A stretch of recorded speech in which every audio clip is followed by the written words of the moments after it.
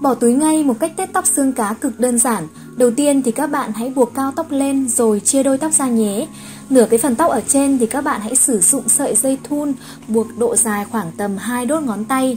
Rồi mình tách đôi cái phần tóc đã buộc rồi, mình nhẹ nhàng luồn cái phần tóc ở bên dưới qua đây. Các bạn cứ lần lượt làm như vậy cho tới khi độ dài tóc chỉ còn độ khoảng 1/3 thì mình sẽ tết tóc lại như này nhá. Cột thêm vào đây một chiếc nơ nữa thôi là các bạn đã có ngay một mái tóc cực kỳ xinh yêu để đi làm, đi học, đi chơi rồi nè.